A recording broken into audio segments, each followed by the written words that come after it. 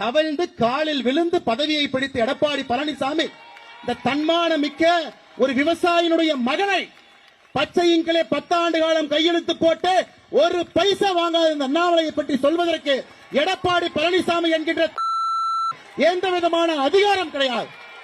இது அகந்தை, இது அகந்தை. 2026 புரட்சி தலைவர் நடத்திய இந்த கட்சி இது போன்ற கிழத்து தலைகள் என்று வழிநடத்திக் கொண்டிருக்கின்றீர்கள். தூக்கி எறியப்படுவீர்கள். எதுக்கு நாங்க போய் சூசைட் பண்ணிக்கிற களத்துல உழுவுறதுக்கு போக மாட்டாங்க. பிஜேபி நோட்டாவோட போட்டி போட்டு இருக்க கட்சியோட பழனிசாமியோட போகணுங்கிறீங்களா நீங்க?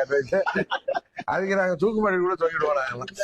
பிரச்சனை என்ன, இப்ப எடப்பாடி எடுத்துக்கல, இவருக்கு நம்ம உலகத்துல டொனால்டு ட்ரம்புக்கு அப்புறம் இவருக்கு தான் அச்சுறுத்தல் இருக்க மாதிரி, த்ரெட் இருக்கிற மாதிரி இவர் காமிச்சிட்டு இருக்கிறார். இவர் யார் என்ன பண்ண போறாங்க? இவர் போறாருன்னா 5000 போலீஸ் நிக்கிறாங்க, தெருவில் ரோட்ல நிக்கிறாங்க. இவருக்கு என்ன அப்படி பிரச்சனை இருக்குது? இவர் சாதாரண ஒரு பினாமி, சாதாரண ஒரு தரகர். இவர் காசு வாங்கி கொடுத்தாரு, ஜெயலலிதா காசு வாங்கி கொடுத்தாரு, சசிகலா காசு வாங்கி கொடுத்தாரு. இப்ப 2 பேருக்கும் துரோகம் பண்ணிட்டு இப்ப இருக்கிறாரு. அவர் தான் அதுதான் இவர் கவுன்சிலர் கூட லாக்கி இல்லாத தமிழ்நாடு முதலமைச்சரா இருக்கிறார். அதான் எங்களுக்கு எல்லாம் ஏத்துக்க முடியல. இவர் என்ன நினைச்சிட்டு இருக்காரு? இவருக்கு மக்கள் ஓட்டு போட்டு இவர் தேர்வு பண்ணிருக்கான்னு நினைச்சிட்டு இருக்காரு.